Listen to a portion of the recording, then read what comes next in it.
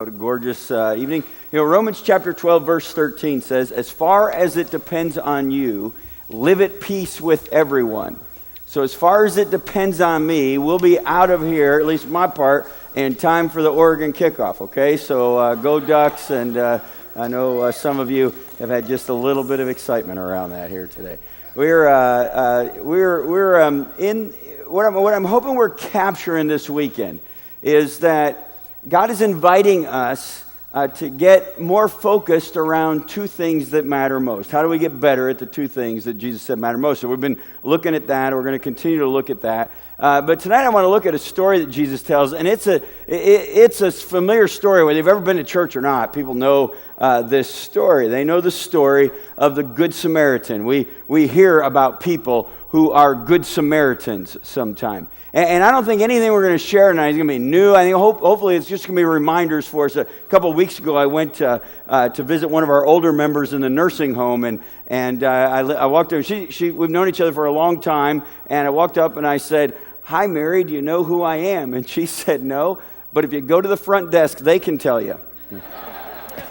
So none of this is going to be new, I hope, as much as it is going to be a reminder of some things that I'm guessing a lot of you have had instilled, embedded in your life in so many ways. In Luke chapter 10, we find the story of the Good Samaritan, and the story gets told by Jesus, as he often did, characteristically, after he gets asked a question. So if you have your Bibles, flip forward to Luke chapter 10. Luke, one of the gospel writers, one of the storytellers, tells us Jesus' story, and Luke includes for us these words from Jesus. Luke chapter 10, I'm going to start down in verse 25. On one occasion, an expert in the law stood up to test Jesus. "Teacher," he asked, "what must I do to inherit eternal life?" "What's written in the law?" he replied. "How do you read it?" Jesus asked.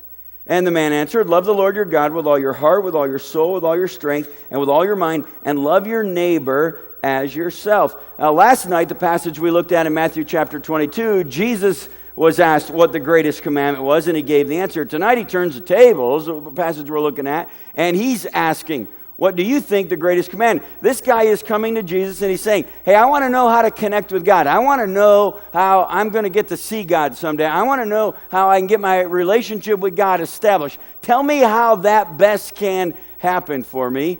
And Jesus says, well, what's the greatest commandment? And it's this one, love the Lord your God. And Jesus said, you've answered correctly.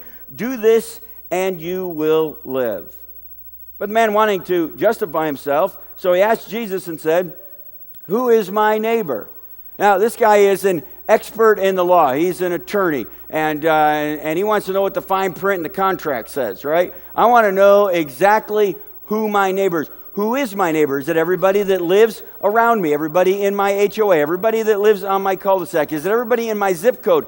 Who's my neighbor exactly? And Jesus tells this story of a Good Samaritan. And my guess is that you and I have read this story, read over this story, heard this story. If you've been to church at all, you heard it. I bet here in this building or up in your Vespers area, the story of the Good Samaritan has probably been spoken on about 1 billion times. I mean, it's a great story. And there are some engaging things in it. And I want to look at 5 things that this guy did, this guy that gets called a good neighbor. Now, I'm not going to read the whole story for you, but you know how it goes, right? Jesus tells it this way. And a man was going down from Jerusalem to Jericho when he was robbed, he was mugged, he was left on the road, half dead, naked, and bleeding.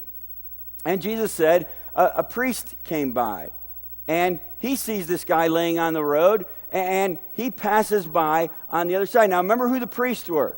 The priests were the people who were the keepers of God, right? They had the corner market on God. They were the ones who actually should know these 2 commandments, right? Love God with all your heart and love your neighbor as yourself. They were the ones who were responsible for caretaking that and making sure other people understood that. And the priest sees this guy laying on the road, half dead, naked, and bleeding, and he passes by. Then a Levite comes. Now, Levites were like religious scholars. They were the seminary professors of the day. They would have been the Bible study teachers. They were the theologians. They were the ones who had the keepers of the law, so to speak. And what did that mean? They had the corner market on God too. They had this sorted out about what it was they were supposed to do and how to do it. And they were often instructing others how to do those things. And the Levite, he sees this man laying on the road half dead, naked, and bleeding, and he passes by on the other side. Now, I have to be honest, for a long time for me, I couldn't sort that out. Remember I shared with you, I didn't grow up in a Christian family, and I never actually even wanted to do ministry. I didn't think ministry was for me. I actually thought I was going to do some other things, and still trying to sort out exactly how God's call works in our lives at times. But to me, I couldn't understand, why would the two God guys not help this guy? How come they're the bad ones in the story? Jesus could have told this story any way he wanted to tell this story. But remember what he was trying to do. He was trying to get people past their religion and in a relationship with God. He was trying to get them past the rules and into how do you deal with the real stuff that's going on around you. He was talking about that stream, if you were here this morning, that's going by the front door. And he's saying, hey, there's a whole bunch of half-dead, naked people in that stream, and it's going to be kind of messy in there. But after a while, it came to a conclusion that those two guys were asking a question that when I'm honestly looking in the mirror, I recognize I ask a lot. I know our church asked it a lot. And here was the question. What's going to happen to me if I stop and help this guy? Maybe I'll get mugged. Maybe I'll be left on the road half dead, naked. Maybe I'll be late for going to this conference on the coast of Oregon to talk to people about loving God and loving their neighbor. Maybe somehow I'll lose my religion. Because technically it would be true for these two guys. Had they helped this guy, they would have had to proclaim themselves as unclean, and they would have had to go through this whole ceremonial thing to become clean again. And for them to help out their neighbor was going to mean that they were going to have to set their religion aside. Now, hang on to that thought for a second. Because if we're not careful, we've been more about keeping a religion than we have been about loving God and loving our neighbors. We've been more about managing the list. We've been more about following the rules. We've been more about making sure we do all the stuff that we think, whatever it is we're supposed to do, than we have been about getting better at saying yes to loving God and loving our neighbors. And Jesus is challenging the hypocrisy. He's challenging that somehow they'd become rule followers and they had not become God followers. And I think that's the invitation for us. We find over and over again from Jesus. Well, then as he tells this story, he says a Samaritan comes by. Now remember who the Samaritan was. Remember, Jews and Samaritans hated each other. Who is Jesus talking to? A primarily Jewish audience here at this point. I mean, if you were at the marketplace and the shadow of a Samaritan had fallen across your legs, you had to pronounce yourself as unclean and you couldn't finish your shopping and you couldn't go. I mean, it was they hated each other. I mean, the turmoil that exists in the Middle East, I've been going on a long time. I wish Jacob and Esau could have got along. Things would have been better today. And the Samaritan, he sees this guy laying on the road half dead, naked, and bleeding, and he stops and helps him. And here's what Jesus says. He said, now that's my idea of a good neighbor. That's my idea of a good neighbor. Go and do the same thing. So let's look at what he did. There really were 5 things, and they're pretty simple things. And the Samaritan's question was different than the other guy's question. First of all, his question was this. Hey, what's going to happen to this guy if I don't stop and help? And that's a different kind of question for us to ask, isn't it? Because there are a lot of needs out there. In fact, we look around us, there's a boatload of needs. And just because you and I can't do everything doesn't mean we don't do some things. And there were 5 things this guy did, and here was the first one. It's down in verse 33. But a Samaritan, as he traveled, came where the man was, and when he saw him, he took pity on him. That word pity means he was welled up with compassion. There was a sense of identity and connecting with this guy's misfortune. As he traveled and he saw the man. When he saw him, you know what I was amazed at? How many times I just did not see people. I just didn't see them. I didn't realize my own prejudice. I didn't realize my own profiling that I do. I didn't realize that how often I would look at people and make a judgment call about whether or not they had value to me or not, whether or not they fit in, whether or not I wanted to bother with them. I didn't realize how often, not only did I see people and make a judgment, but how often I didn't even see them. Paid no attention. Ignored their needs and their stuff. Several years ago, one of our staff members was going through a little devotional book with his daughters, and they got to a section that invited kids to pray for widows and orphans, and they said, you know, we started doing that. It was easy to pray for widows. We had some in our own family. We knew several from our church, but orphans, we don't really have orphans, do we, in the U.S. today? I mean, there's not really orphans, and yet they started praying about them. I mean, the orphans are in like Haiti and Ukraine, other places like that, but they're not here. But the truth is, the U.S. has a significant problem.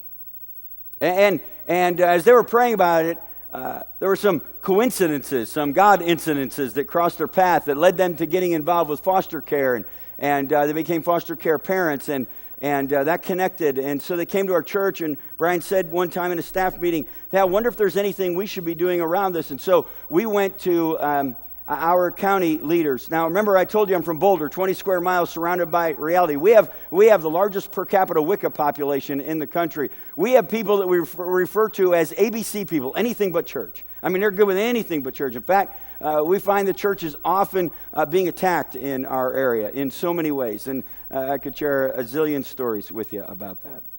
And so we went to the director of Child Protective Services in our county, and we said, is there any way that our church could help out with foster care? And the lady was one of those ABC people, and she said, no, I don't really see anything at all, but thanks for coming down here, and I'm sorry you wasted your time because we really don't see any way the church could be useful. However, one of her associates said, hey, you know, over in Longmont, that part of town, we're looking, that part of our county, we're looking to host a volunteer recruitment night, and maybe we could host it at their building. And that was our very first thing. We did that 11 years ago. That led to us beginning to recruit families and encourage them to think about getting engaged in foster care. And that led to half of the foster care homes in our county are provided now through our church. 2 years ago at Christmas, we got a letter from the director of Boulder County Social Services. She said, I want to share with you an excerpt from a speech I just shared at a statewide meeting of everyone in my position. She said, we just had the good fortune this month to have more homes available than we had kids who needed a home. And then she said, and I want you to know, I said this, she said, and it's because there's a church in Longmont who has come alongside and partnered with us in this issue of foster care. But it's gone from there for us. The story's moved on. Because the U.S. has this significant problem happening. Do you know that nearly 90% of men and women in our prison population have some touch with foster care in their life? Do you know if a child ages out of the foster care system, in other words, they turn 18 and they're on their own. Now, they don't just turn them out on the street with a few dollars. There's a program they go through. But 89% of those kids who age out of the foster care system and don't have an adoptive family or what would be called a permanent family, someone that they permanently are connecting with, okay? Maybe not legally adopted, but a forever family. 89% of those young people end up either homeless, addicted, pregnant if they're a girl, or in prison, or a combination of those things. And so our church said, maybe we could get involved in that. And so we started doing some things. And now today, we run for the state of Colorado, Colorado Adopt Kids program that is focused on kids who are aging out of the system. We go to churches and businesses all over our state, and we share the stories of kids who need a permanent home. And 3 years ago, when we started this for the state, there were nearly 2,800 kids who were eligible for adoption. Today, that number is slightly under 200. And our goal is to be the first state in the country who have no kids who are waiting for adoption. There are 3 other states that have asked our church if we'll help them figure out how to do that. Do you know how that happened? Because somebody in our church opened their eyes and saw a problem that was huge. Here's the thing we've decided as a church. That we want to get in the stream, and we primarily want to get in the stream surrounded around at-risk kids, which is a lot of stuff we're doing. And like you, our church supports crisis pregnancy centers. We think those are good things. We think they're helpful for a young woman, a young couple that gets in a situation and not sure what to do. We have prison ministries, probably like your church does. We have some folks who go and do that. And we think that's important and that matters. And we do stuff afterwards to try to help when there's a release. And of course, we do recovery ministries like many of you do. And we think that matters. And that's important. And of course, we're doing stuff with homeless in our area. We think that matters. But what would happen if we would just get further upstream on some of this? What would happen if we saw the invitation to love God and love our neighbors meant our actual neighbors? What would happen if we took care of each other? What would happen if the church didn't abdicate the responsibility to care for the things that God says to care about, and if somehow left that up to governments and nonprofits and somebody else to do? What would happen if we got engaged in this stream going by the front door? We can't do everything, but that doesn't mean we don't do some things. In a couple of weeks, we're going to kick off a justice series that we're doing. And we're going to talk about the stuff we've done with disaster recovery. Our church was one of the primary evacuation centers during all that flooding we had in our area last fall. And we'll talk about why that matters and why we do that. And we're doing an orphan care weekend. And we'll promote and push and encourage people to think about adoption. And because we would love to eliminate orphans in the world. Every kid had a home. We don't want to build more orphanages. We want to empty the orphanages. And then we're going to do a thing about single moms, single parents that we're engaged in. Because here's a biblical truth. You and I are never, ever, ever going to lock eyes with anyone who isn't as loved by God as you are. And that doesn't come easy for me. Because I judge and I assign and I place value and worth.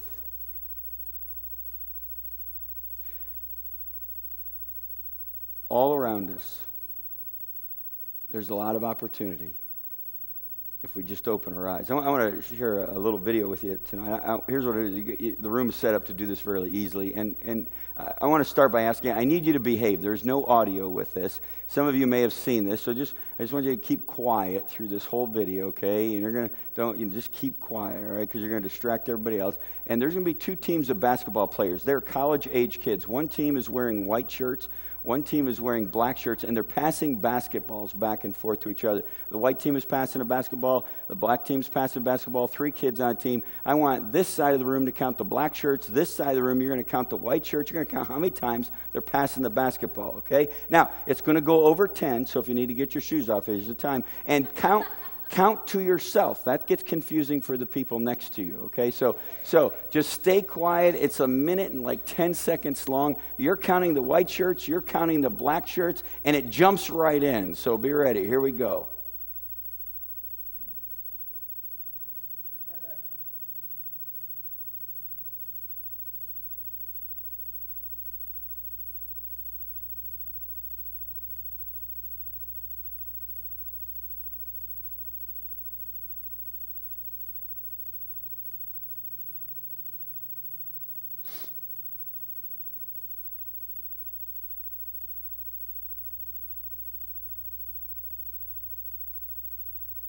Okay, before you give me the answer of how many times they passed the basketball, would you raise your hand really high? Please, just raise it high. If you did not see the gorilla come in on the screen and beat his chest, would you raise your hand up if you didn't see that? Put your hands up high, look around the room. All right. 61% of us, when we're in a room by ourselves watching this, do not see the gorilla. Some of you saw it because there was a little bit of laughter that happened. And I realized, let's go and run that again and watch this. And researchers at the University of Illinois call this inattentional blindness. In other words, we get so focused on one thing, we don't see something else. And so we're watching the team pass the basketball back and forth, and 35 seconds into the video, the gorilla's going to come in, he's going to beat his chest, and he's going to be on the screen. Here he comes. He's on the screen for 9 seconds.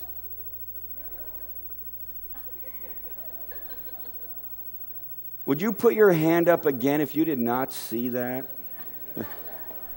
Here's the deal. Sometimes we got to open our eyes. Second thing this guy did, down in verse 34, he went to him and he bandaged his wounds and he poured on oil and wine. He got his hands dirty. Because here's the deal. If you and I are going to get involved in the real stuff going on around us, I'm not talking about just the stuff that happens inside our four walls, but if we're going to get involved and we're going to be engaged in our neighbors or schools or workplaces, if we're going to be looking outside the four walls of our church, I want you to know that's a messy business. Because here's the deal. Half-dead, naked, bleeding people, sometimes they bleed on us because hurt people, don't they? Hurt people. And the truth is, some of those half-dead, naked, bleeding people are sitting here tonight. Some of those half-dead, naked, bleeding people live in our homes. And some of those half-dead, naked, bleeding people work across the hall from us or sit next to us in school. Because we do a pretty good job of hiding our stuff. But God is inviting me to get involved. Now, I don't know what's happened to me over the last several years, but I've become more and more of a germaphobe. I mean, I'm getting bad about it. I don't want to shake hands with you because I know what happens. You don't think we watch. All the pastors know this happens. You're coming out. You're walking towards us. And then you get up and go, hi. And you don't think we saw that part before you got to the hi part. I think fist bumps are the best invention of mankind ever. I'm like, boom, I'm with you on now. And I almost didn't get in time to preach tonight. I was back here in your restroom.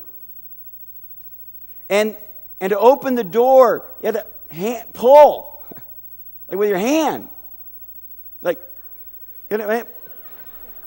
Somebody came in and rescued me. It was an awesome thing. If I would have had to do mouth-to-mouth on this guy laying half dead, naked, and bleeding, it would have been like this. I don't want to get that close. I don't want to be that messy. But here's what we've learned as a church. It's a messy business. We had a guy come to our church. His name was Paul. He showed up in our lobby one afternoon on his midweek thing, and we have one of our pastors draws the lucky straw of being pastor of the day. So whatever comes in, whatever phone calls, whatever he gets that day. And sat down with Paul, and Paul said, "I am 53 years old, and I'm afraid I'm going to die before I ever know what it's like for somebody to love me." And then he shared his story. He'd been sexually abused terribly as a kid. He'd run away from home, hadn't been sober that he recalled since he was in his 20s. And I got to be honest with you, Paul was a hard guy, but he started kind of hanging out with us, and he needed a place to live. So we hooked up this little camper and got him. First he lived in a tent behind our building, and we got him in a camper. And Paul would show up, and he would just he was angry with God, and so that meant he was angry with the people that were kind of connected to God. And I remember standing in the parking lots late at night with Paul cussing about all this stuff happening in his life and why, and if God really cared, how come this was going on. And we talked, and occasionally Paul would come on Saturday nights, but he would stand in the back, just mad. I mean, he was just mad, and he was not an easy guy to get with. I remember the one Saturday night, he'd been drinking, obviously, but I'm in the middle of my message, and here he comes down the middle of the aisle, and our attendance on Saturday is similar to this, and here people are watching now. They're like, here he comes all the way down the front, and he just stands there. I mean, just glaring at me. Well, I know Paul. I wasn't too concerned about it, and then after about 5 minutes, he turned, and he flipped the church off, and then walked back down the aisle. He had no idea how many times I'd wanted to do that, but that's a different story. There's something else about that. But Paul was a messy guy. I remember the day Paul stood in that baptistry, gave his life to Christ. And I'd love to tell you, man, he was instantly transformed. Things worked out, and it didn't go that way. But bit by bit, day by day, he started getting better. He'd held a job for 8 months. That's the longest he'd held a job. People in our church started taking him in. He came to our house for holiday stuff. I had a 20-something one night catch me. And I was walking out of the building, and he said, hey, I just want to say something. He said, I saw you talking to Paul earlier today. He said, I get it. Big church, we do a lot of big stuff. We help out with flood stuff. We do a lot of things in the schools. He said, but I saw you talking to one scruffy old guy that most people wouldn't care about. That's why I love our church. Because there are messy people. And our problem in the church is this: we kind of somehow think they need to get cleaned up first. They need to get their act together. They need to get like some of the mud off of them before they come. The third thing that happened was this guy was inconvenienced. Scripture says he put the man on his donkey, took him to an inn, and took care of him. I'm pretty sure he didn't get up that morning and he said to his wife, hey, honey, I'm headed down to Jericho. I got some business to take care of, and I want you to pray for me because on the way, I hope I find somebody laying on the road half dead, naked, and bleeding. I bet behind his donkey wasn't a little trailer that said the half dead, naked, bleeding 501c3 ministries, please support us. I bet he was doing what you and I are going to be doing on Tuesday when we head back to work and go to our office and go to school and hang out in our neighborhood. It is never convenient because the stuff that seems to be good for us is never convenient. My doctor's been encouraging me to eat better and to exercise more, mostly because both my parents have had bypass surgery, so it's kind of coming down both sides of the tree. And I don't really like to exercise. I like sports, but I hate exercise. And so I've been jogging, like walking, jogging the last couple of years. And and everybody, how many of you are runners? I know some of you are getting up tomorrow morning doing that 5K thing. Well, God bless you. And don't come and try to convert me and say, oh, hang on there. Someday the endorphins will kick in. You're going to feel really good. You're going to get this little runner's high thing. Ain't happening. I've been trying 3 years now. I do it every day. I hate it. I don't like it. You know, my idea of exercise is fill a tub with hot water, pull the drain, and fight the current. That's my idea, but that's what I'd rather do. And this whole eating better thing, I don't like that either. We've been trying to cut back on carbs and red meat and all that. I have a good friend who seems to know the fat content of everything you're putting in your mouth. One day I was breakfast with him and I was about to eat a donut, and he said, you know what? That's like 65% of your daily fat allowance. I said, Paul, you have no idea what I allow myself daily. We're just getting started. But I've been trying to be better about this, and so I've been asking God to help me. And just a couple of weeks ago, I was driving through our downtown, and there's a Winchell's there, and it was in the morning, and I so much wanted a donut. I knew it was coming up. It was a block away, and so I prayed, God, if there's a parking space right in front of Winchell's, I'll count that as a sign from you I can have the donut today. And you aren't going to believe this. My sixth time around the block, one was opened up. It was awesome. You know, the stuff that's good for our heart's never convenient. Here's a fourth thing that I'm surmising he did. The scripture doesn't tell us this. I'm guessing on the way down, as this man's on his donkey, I bet to know he got his story. I bet he got to know his name. I bet he heard about some of the circumstances. He befriended this guy because the disenfranchised of our world want our friendship more than they want anything else. They don't want to be a project. They're not looking for us to be some kind of do-gooder guy who they actually just want us to be their friends. We do a lot with single moms. Single-parent households are the fastest-growing household in America today, and so we've chosen to get engaged, and maybe tomorrow I'll share with you some things that have happened around that. But it's been very cool what's happening with single moms in our community, and it happened because so many of my my daughter's friends were single parent kids, and so we started getting connected. And one of those, Terry in particular, when she was pregnant with her twins, which were her fourth and fifth child, her husband decided he'd had enough and was gone. and their older sister was one of our daughter's friends. And so we started doing stuff, and Diane and Terry became friends, and we would try to help out financially. We tried to do things when we could. And one night, Diane called Terry and said, "Hey, Terry, tomorrow I want to take you to breakfast, and after breakfast I want to go shopping, just you and me, and just for you, not for your kids, not for other stuff, just me and you." Well, my wife thinks her spiritual gift is shopping. I mean, it's that's. In fact, at Christmas time, she had her wallet stolen. She was out shopping, and all her credit cards were gone. I haven't turned them in yet, though, because the guy that stole them's using them less than she was, so I'm up at this point. But they got all done shopping, and they were at the car, and Terry came back and said to Diane as they were leaving, she said, "You know, I got to tell you, you made me feel so kind today, and you're always doing things like this that are a blessing to my life, but what I value the most is your friendship. What I value most is I'm your friend." Let me ask a question, and I've never known how to ask this question in a way that sounds good, because it's inappropriately worded even as I ask it. But I hope you get the point. Who are you friends with that from your perspective, they are somehow less than?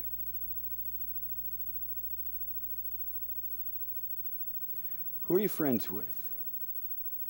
Somebody who can't do anything from your perspective for you. I tell you, you start befriending some of those folks, you're going to find out that playing field gets leveled real fast. Here's the fifth thing this guy did. He gave money. He took out 2 silver coins and gave them to the innkeeper, and look after him. He said, "And when I return, I'll reimburse you for any extra expense you might have." You know, the first thing I've done is write a check. You know, the first thing our church did for a long time was write checks. And we did it because there was a need, and don't miss the need. Those places need our dollars. But we also did it because it was a huge guilt assuager for me. I could write a check, I did my thing. And here's what we decided as a church about a decade ago. And our family's done the same thing. That we weren't going to write a check somewhere where we weren't also getting our hands dirty somehow with that.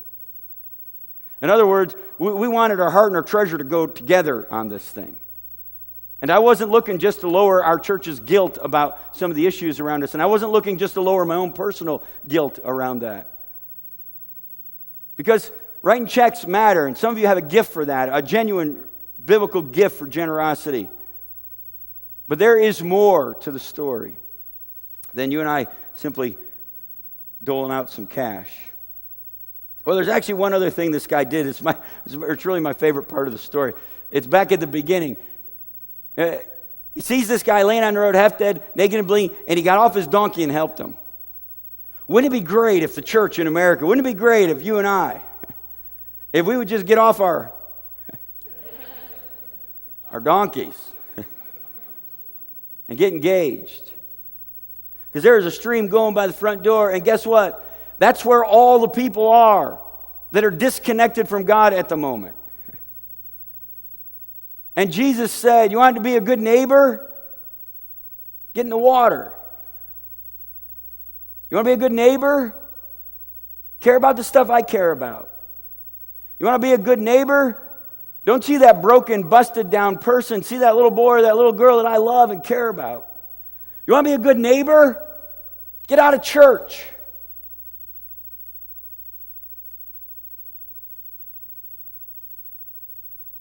You want to be a good neighbor? Quit coming to church. Start being the church.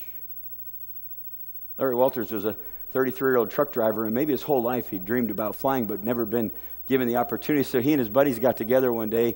They took one of those aluminum lawn chairs with the straps that fray. Remember those old loom chairs? And they staked it to the ground. They took 30 weather balloons, filled them with helium, tied them to the chair. Then they put Larry in. They tied a rope around him so that he wouldn't fall out like a seatbelt. They gave him a little radio so he could tell what he was seeing while he was cruising around the neighborhood. They gave him a BB gun to shoot the balloons when it was time to come down. They gave him some peanut butter and jelly sandwiches in case he got hungry, and a 6-pack of beer, which could be how the whole thing kind of got screwed up to begin with. Asked Larry if he was ready. He said, yep, and they cut the rope. And instead of leisurely floating over a Southern California neighborhood, Larry shot 16,392 feet through the approach corridor to Huntington Beach Airport. You imagine pilots going, man, what was that? Larry started shooting his BB gun as fast as he could, and when he landed, the FAA was there, the police were there, and there were some reporters there. In the AP story, I picked this off of, here were some of the questions asked. One of the reporters asked Larry, were you afraid? He said, I was frightened out of my mind. And then another reporter said, would you do this again? He said, not in a million years. And then a third reporter asked, why'd you do it? And I loved his answer. He said, well, you can't just sit there, can you? I'm going to invite the band to come on up. There's a lot of opportunity around us. There's a lot of need. There's a lot of stuff. More than we can handle. More than we're capable of. More than we can do. But just because we can't do everything doesn't mean we don't do something. You can't just sit there, can you?